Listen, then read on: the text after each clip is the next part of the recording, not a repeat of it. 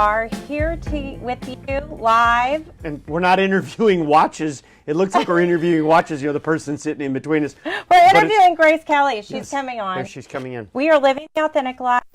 We are Rob and Danae Chramosta. I joined the Vintage Contessa, or created it 10 years ago, and joined his business times past. And this guy, even as good looking as he is the biggest coin and watch nerd ever. And we keep bringing in all these incredible people to tell their stories. And I thought we should dive in and just talk about our stories, because so many of you are really interested in watches. You might have checked us out on Wacky Watch Wednesday, where we're wacky, not the watches. Yep. And we teach you so many things, but we thought we would take an entire podcast to kind of talk about watches and answer the question, how do we know it's real? So, Rob, this is your passion. This is one of your purposes. In fact, Jackie, our accounting guru on staff here, told me recently she thinks the entire reason that you started a business and that you continue to run times past is to fuel your watch addiction and to be able to buy and sell watches. There's nothing wrong with that. She's probably right. I mean, I love it. It's fun. It's for men. There's not much men jewelry you can wear. Some guys I know have worn multiple wedding rings, but I'm only going to wear one because it's just one and done. But for watches, some days you may want to wear a Daytona to be sporty, or you may want to wear a vintage Submariner to be James Bond, or a Patek Philippe to be a timepiece, more of a gentleman. You owned your first Rolex sooner, and it wasn't because you got it as a gift, but you bought it. Yeah. So what would tell us about your first Rolex? My first Rolex I bought was a Submariner 5512 non-date Rolex, and I bought it in a coin shop because I was a nerdy coin guy, and I had taken the train from where I lived, because I wasn't old enough to drive, to Oak Park in Chicago. Walked a few blocks to this coin shop. The guy owned it. His name was Willie, actually. And you still remember? I still remember it. And I went in and bought this watch from him for $450. I mean, it was a great watch. That watch now is $15,000 to $20,000. From what I remember, it was beautiful, but I wore it every day, and I thought I was cool at 15 years old with my first Rolex, but I had to pay for it with my own money. But yeah, it was great. I mean, and from then, it's been through good times and bad times in college. When things were tough, I sold it, didn't have a watch. When I graduated college, I had some college loans. I didn't have any Rolexes at the time, paid them off, and then got back into owning them again. I mean, it's a great storage of wealth, and they're cool. Okay, and now, more than ever, watches are crazy. Mm-hmm. I keep talking about Rolex because that's kind of the most, would you say, the most known or accessible luxury watch? It's the most accessible, but it's also the best known in the world, Rolex. They make 850, 900,000 units a year, whereas Patek Philippe may make 50 to 100,000, Audemars Piguet less. Watches like FP Journe, they make 800 or 900 units a year. So everybody knows Rolex as the brand, and it's also the watch for people that had it when they were younger. They thought, oh my God, when we were young, if you made it, you owned a Goldman's President. That was the watch in the 80s that, the cool guys had, the wealthy Wall Street guys, or... and the big brick phone. Oh, the big brick phone, yes. And before that was the phone in the bag. Yes. And you had all those. So you started buying coins, and then you evolved to watches, and then you evolved to other things, and now you buy cars. You showed a baseball card you bought this week. Oh, yeah. We bought a Stephen Curry rookie card yesterday that came in. Super rare, $30,000 plus dollar baseball card. I've sold Super Bowl rings, World Series rings, any great sports memorabilia, early Muhammad Ali memorabilia, anything that's at all collectible has a secondary market, and the really good stuff has done well, from great paintings to great watches. There was an article in the Wall Street Journal and also something in Forbes recently that said Daytona Rolexes, if you bought them in the last 3 years, have outperformed the S&P 500 by 20 or 30%. I know, and everybody's like, oh my God, y'all must be raking in the money with Rolex is so expensive. And I have explained to people, and I want to say this again, because some people forget, we buy all of our inventory. We don't just have it on loan. We've got skin in the game, as you say. We've purchased it all. Yeah, we don't take consignments. And we don't buy it and then hold it and wait to sell it. We're buying and selling the whole way up, or sometimes the whole way down. No, everything goes up, and eventually some stuff comes down.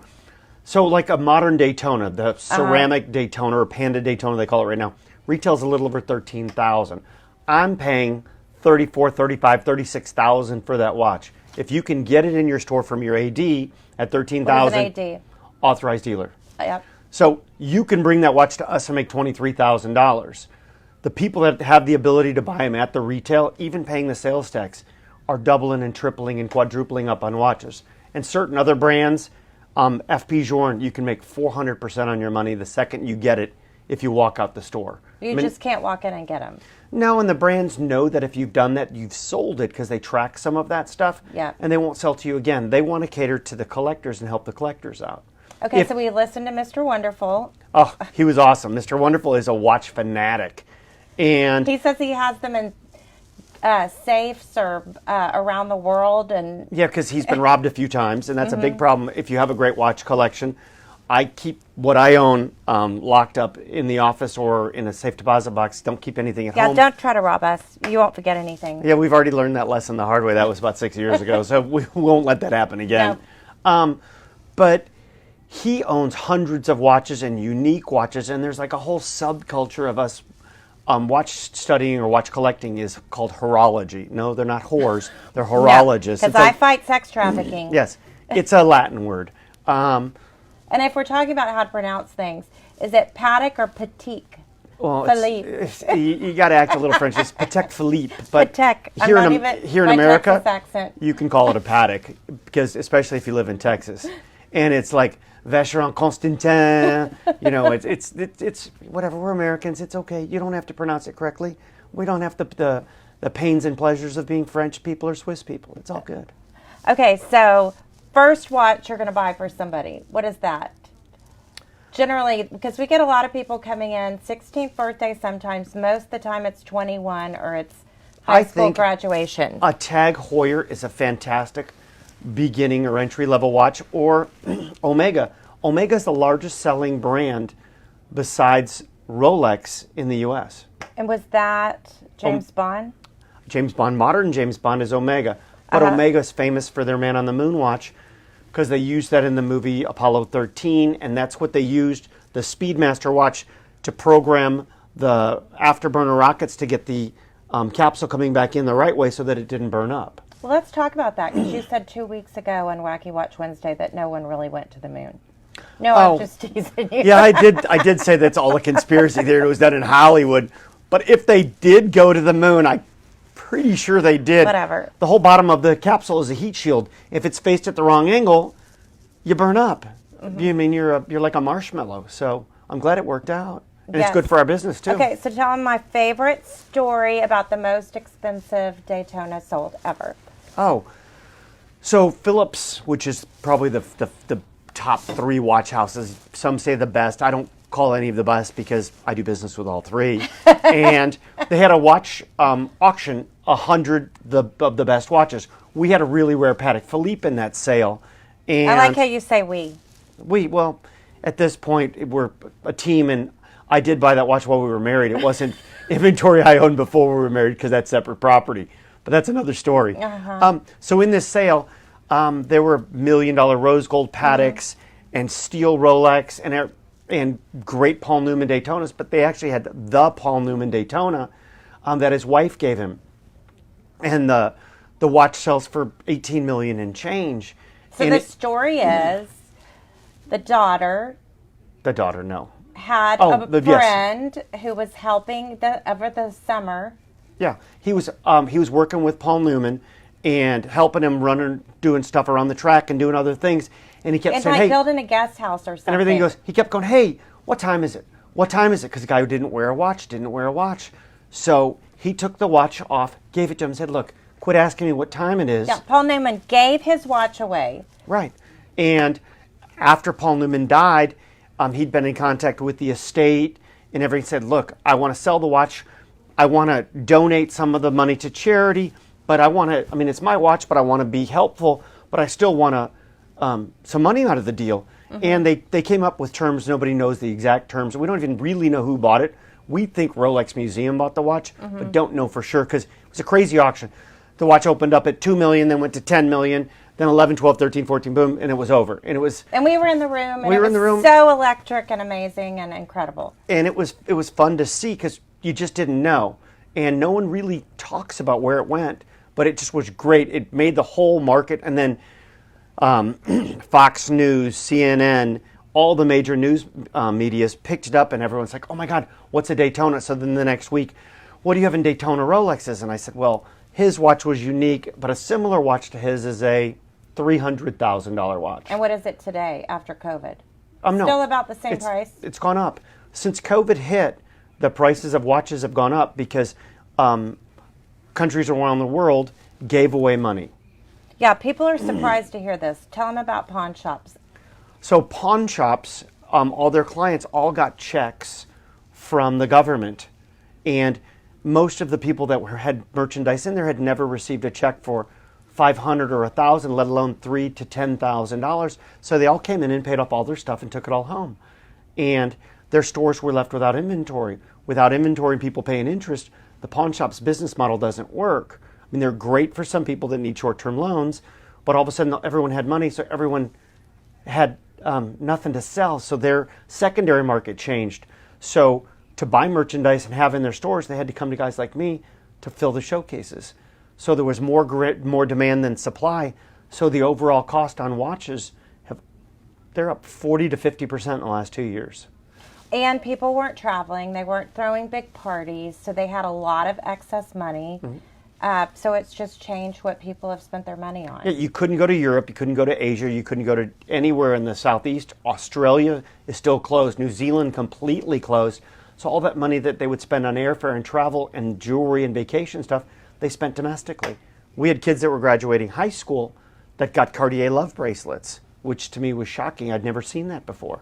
I was happy with it, but the supply side of the world is really messed up right now. Anyway, we are buying. If you have something to sell, we want to buy it. And now's the time to It's Christmas. sell. And it's Christmas time too. I mean, if you're tired of stuff, turn it in, trade it in. It's a great time for that. Same with cars. Why would you trade in? If you trade in, you don't have the sales tax difference. But if you're not using it, I bought a new car this week. I ordered it in January. It came in yesterday, a Ford Bronco, not a Range Rover or anything fancy, much cooler. And my used Toyota that I traded in was worth 15% more than I paid for the car a year and a half ago, and drove it, put 10,000 miles on it, and I made a profit after sales tax. Thank you, George, for selling me the car at a good deal. But it's crazy. It was crazy. And now people want to buy the car that I just bought, want to pay me a profit after sales tax on it. Because you can't get it. It's baffling to me. You can go buy something retail and make money. But it's on Rolex, Patek Philippe, extremely crazy. Like a watch I'm wearing, this is called an Aquanaut, but the Nautilus version, all steel bracelet of this watch, retail is $32,000. If you can get one, they're $150,000. You can make 5x on your money. But Patek knows if you sold it, you'll be, hand slapped and not be able to buy another watch from them. Okay, so you have this group of guys that you have a bromance with that are watch collectors, and you guys, I explained it to people, pre-COVID, you were traveling over 200 days a year. You were in Asia maybe 6 times a year. We were in Europe a few times. South America quite a bit also. Yep, and then New York and LA, and now it's only Vegas and Miami, but you go to these shows and you'll come together and you all have these little small, probably the size of this, loaded with watches. Yeah, we have 2 showcases that are 3x4s, and it's a bromance of buddies that I do business with, but we're competitors also. But we buy and sell amongst ourselves, and we're other friends. Supply chains, because the person you sell to is also the person you buy from. And there are certain guys that only deal in Rolex, certain guys that only deal in AP. I've got a buddy, John Reardon, only deals in Patek Philippe. And certain guys are specialists. I buy and sell most all of it because I love all of it. But some guys are the best of the best. Like, this is a vintage Patek Philippe sold by Tiffany from 1912 or 1913. Some guys go crazy for that. I'm not a big fan of pocket watches any longer. I like wrist because I can use it every day. But this is the end-all, be-all for some of them. Tiffany, Patek Philippe, original diamonds and sapphires. Great, great. If it could talk, it's amazing. And in platinum. I know. I always wish the bags could tell us the places they've been when we buy them. Okay, so collaboration has been a huge part of the way you grew your business. And it's interesting because I feel like so to explain, people think I buy all the handbags and Rob buys all the watches. But really your expertise is in buying everything, knowing what value something has, and then knowing what price to sell it.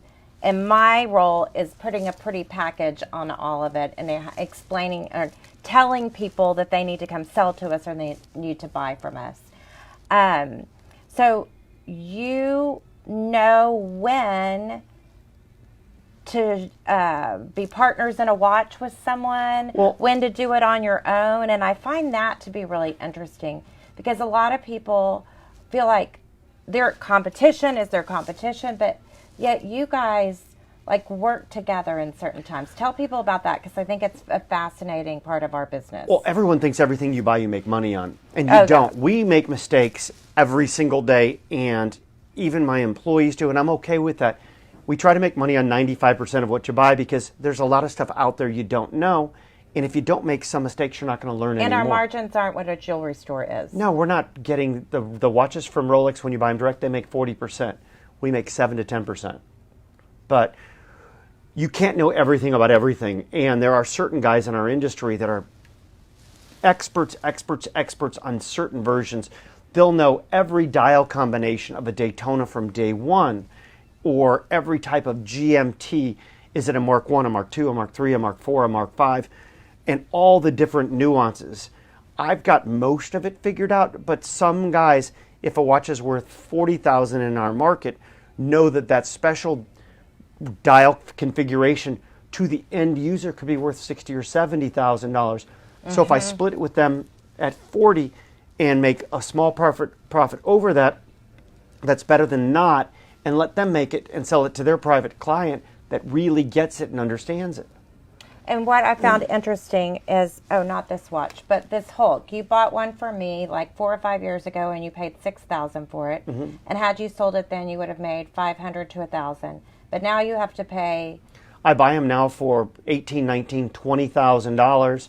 Sell them $20,000, $21,000, $22,000, $23,000. So now we have to, instead of having $5,000 to make $1,000, we have to have $20,000 to make $1,000. So that's why we work with Tavero Jet and we don't own the jet. Oh, man. All right, there we go. Yes, we don't, but it's okay. But I do have a Ford Bronco. Exactly. Yes. But it's exciting though because you just don't know what's going to come in every day. Yes, and your friend that people also talk to us about.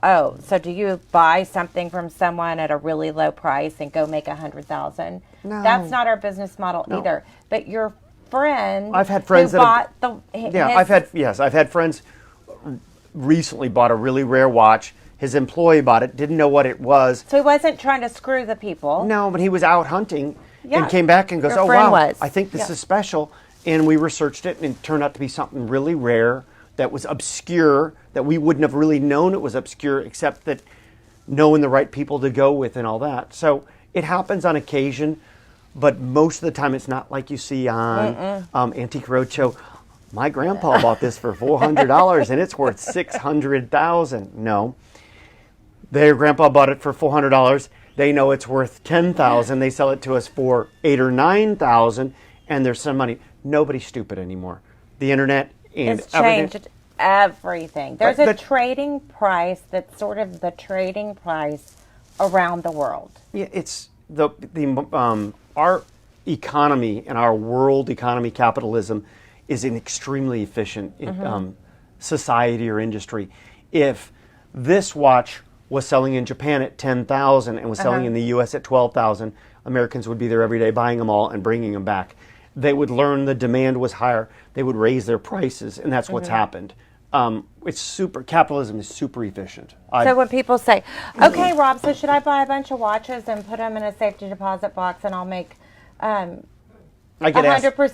I get asked that all the time. If I knew the answer to that. I wouldn't own a house. I'd live in an apartment, and we would just, eat top ramen every day until we knew to sell, and then we'd be done. But we kind of believe that this is going to hold out at least through Christmas. We know that much. I think we're going to hold out for longer than that. It's if you buy what you like, buy the best that you can afford. So don't buy the one with the nick in it because it's going to save you $1,000. Because it's a little cheaper. We've got a client here in town who's bought a bunch of great watches. But if a great one was 10,000, but an okay one was 9,000, he would buy the $9,000 one instead of the 10. And that 10 one is 30, and the 9 one is 15. The difference is it's like buying on a busy street versus buying on a street that's our dogs. Our dog's snoring. Hey, Grace Kelly. We're living the authentic life here, having the dog snore as we're talking, but it's all good. Okay, so what's the best you bought it and you made a lot of money on it? Do you have one of those that you want to share? Or are you saving all those? You bought all those before we got married? When I was younger, I did buy a really rare Submariner Rolex, and at the time, people didn't know the difference of the rare dials, and it's a really, really rare one. And at the time, I paid $1,000, and it's probably worth $50,000 now. Wow. Yeah. That's pretty crazy. Okay, so here's the other thing that I thought was interesting. Sometimes the rejected dog watch, y'all call them dogs when they're not good, then becomes really popular because they end the production, and now everybody wants it because it's not available. Yeah, there's a really rare watch out there called the Milgauss that was made in the late 50s, early 60s for the electronics industry. It's completely protected for magnetism, so the watch wouldn't have a problem with timing. Your Geiger Counter thing you bring out? Well, you bring out a Geiger Counter because we used to have radium on our dials. Now we use tritium and Luminova, some new other ways to make it glow at night. But it used to be radioactive, so we'll use a Geiger Counter on watches 1962, 1963 and earlier. You can tell how much Geiger is in there, how much radium's in there. But this and the more radium, the better? Depends what year it's supposed to have it. Oh, okay. And the dials are marked down on the bottom. And then what about, was it the root beers that change colors? Like one of them kind of patinaed, and it used to be people were changing out the dials because it was a problem. The biggest one of those was a cream dial Explorer 2. This was a watch made in late 88 to 90 or 91. And the dial started turning this cream color instead of bright white. Well, Rolex would let you send the dial in, and they'd give you a new one for free. Now that Explorer 2 with the white dial, if it has the cream dial, is a $25,000 watch, whereas the other one is a $5,000 or $6,000 watch because everybody traded them out. And then the root beers was a GMT with a brown dial, kind of more like the color of my shoes. But some vintage Submariners and Daytonas and many of their other watches, like a blue one can turn a gold or a black one can turn chocolate. And on watches like that, sometimes the difference between a beautiful color change from black to chocolate, the watch is worth 10 times as much money as it was if it stayed black. Or the little red dot on some of them versus not. On the early Submariners, you have got the little red triangle on the bezel insert versus not having the red triangle. It's like you're listening a little more than you should be, making me nervous. Or we have pictured here on this book, we'll show you later, there's a Patrese dial on a black dial Daytona, modern Daytona from the mid-90s, and the sub-dials around the counter here turned from a silver white to a reddish brown, and that watch took it 5x in value because of the dial. So I have been researching and writing a TED Talk called Living the Authentic Life, and I found this term that I talk about sometimes. It's called Ikigai. And Ikigai is when you figure out what you love in life and what you're passionate about, watches, and you find out how to make money doing it. and then you can make the world a better place because we give back to charity and we use our platform to help people. We who also are let people struggling. know what time it is. I think my No, you Apple phone does that because oftentimes I'm wearing a watch and I haven't adjusted it. But you found a way to do that. But I mean and what I love about it is you've created this opportunity that we kind of skate through things. And I love what you told me, that you're a B plus in so many different things, but you hang with the guys that are like the A plus. So tell a little bit about like that, because like people go, you buy. I remember when we started doing handbags, guys were like, dude, you're buying handbags. Now those guys are buying from us for their coin shops. Mm-hmm. No, it's crazy. I've loved coins and watches and jewelry and love to learn and know. I couldn't stay focused on one, A, because of my ADD, and B, because I always want to learn more and more. And we learn new stuff every day, and new tricks and new things that are going on. But most of my good buddies are specialists either in Patek Philippe, early Rolex, or rare U.S. coins, or what they do. And I can hang with them because it's like if you're a really great skier, but you can still ski down blues and black runs, you don't have to be able to do backflips and run with the best of the best. But if you can keep up and enjoy it, or like a golfer, that's even a 15 handicap or 20 handicap can still golf with a scratch golfer because it's one stroke a hole. You're still able to keep up and hang with them. And as a B plus, I run across great pieces, and the A plus guys want to hang with the B plus guy because the good deals still come in. Absolutely. And we can help each other. Okay, so how do you know who to trust? Because in the beginning, after working with Vito Cangelosi for 22 years, I was like, if that person screwed me, they're out. Whereas you know some people aren't perfect and you kind of accept their imperfections and you know how to skate through things. Yeah, it's a slippery slope because there are certain people, if you do a business deal with them and you say, look, I need a check, that check's going to be 30 days. There are certain people, that are going to write you a check and it may not go through the first time, but by the second or third time it does. It's not an exact science. And what's your gut? Like, it's your gut. It's your gut. No, I don't know. The gut is, it's hard because some of the guys you like to do business with and you like them as friends, but you can't do business. And some people you don't like, but it's like the devil you have to do business with because they have something you have to have. And I try to take in the good, forget about the bad. I've only divorced a few clients and a few business people that I just can't do business with anymore. But we lose money every year, bad debt expense. We just try to limit it. But someone's going to always get you every year a little, and you just got to look at the good and not dwell on the bad. Otherwise, you're going to drive yourself crazy. I have hair at 55 years old. No one in my family has it past 40 because I don't stress on the big stuff anymore. I mean, there's no reason. The small stuff doesn't bother you either. Just let it go. Just keep going. There's a song from a movie called Frozen. You want to sing it for us? No. We heard that enough when Bella was little. Also, getting married to a wonderful, sweet person who's got your back every day. Key. Who works her booty off. Yes, a working wife is better than two mules, as a friend of mine said, but doesn't really. It's, he's a little older. Are you believing this? Adam's even laughing, our sound engineer. We could not be here without this guy. Okay, so commitment. Let's talk about that. You are pulled in so many different directions. I mean, sometimes you have a problem calling people back, but my favorite thing that I say about you, and my speech consultant, Cheryl, who have met with almost twice a month for the last year and a half, I said, Rob necessarily can't remember to take the trash out. I forget my mother's birthday. I'm really bad at that. He always forgets his mother's birthday. I do. I'm bad at it. But go on. So why do you think that you can remember the number of this watch and what year you bought it and how much you paid for it? You mean that that's a 118235 or that that's an 18238? And you can't remember who our dinner plans with This is a 116. Our Friday. Yeah. I don't know. I hope it's not early onset Alzheimer's because.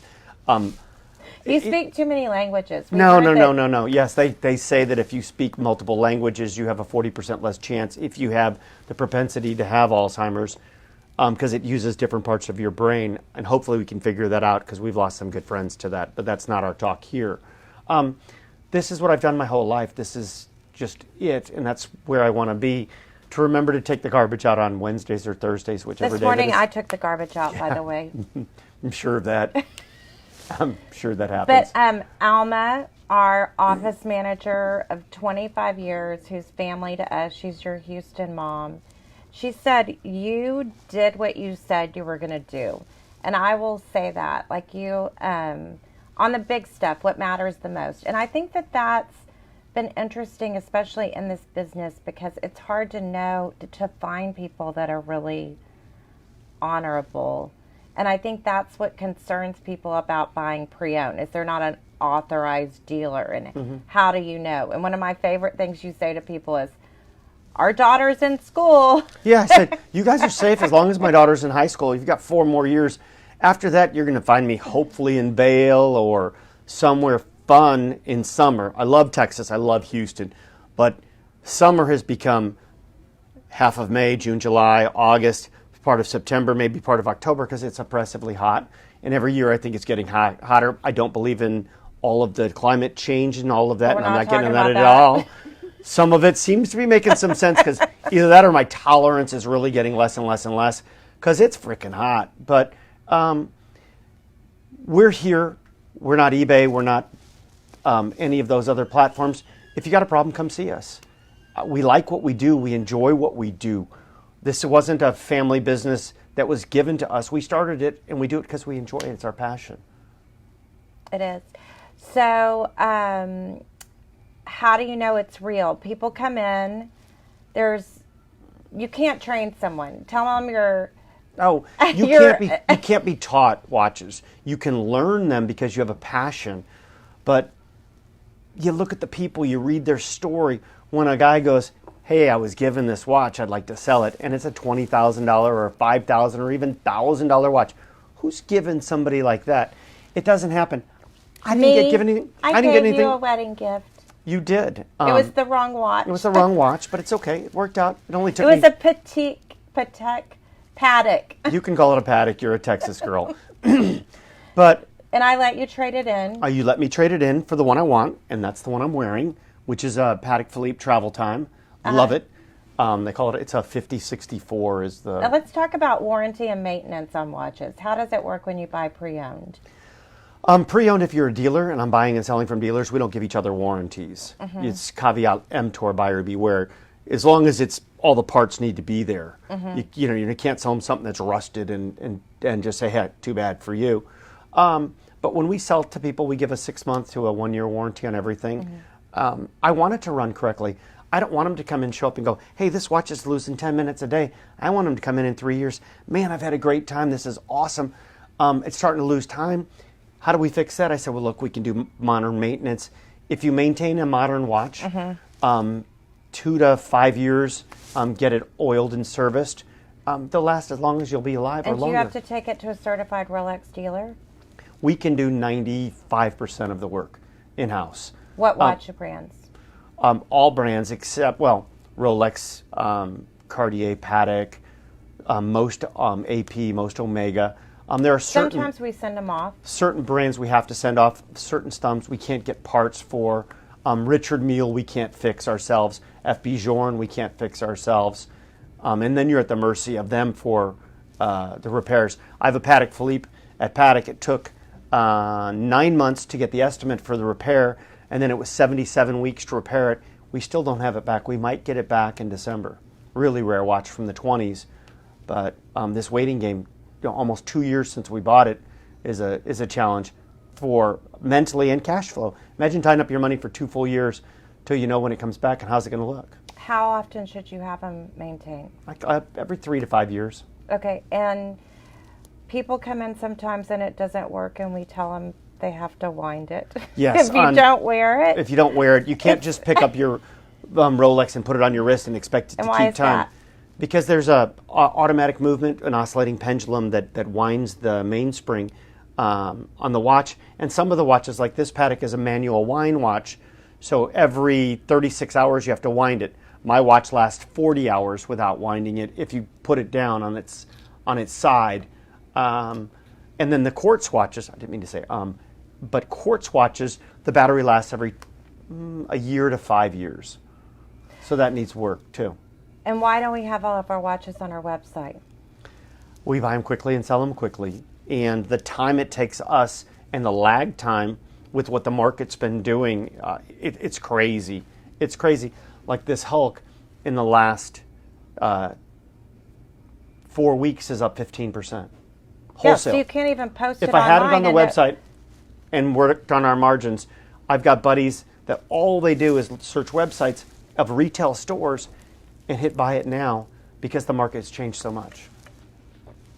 Crazy. No, And it is crazy. what do you say to people buying for Christmas? Buy early and buy often. No. I agree. Whatever you want, you should.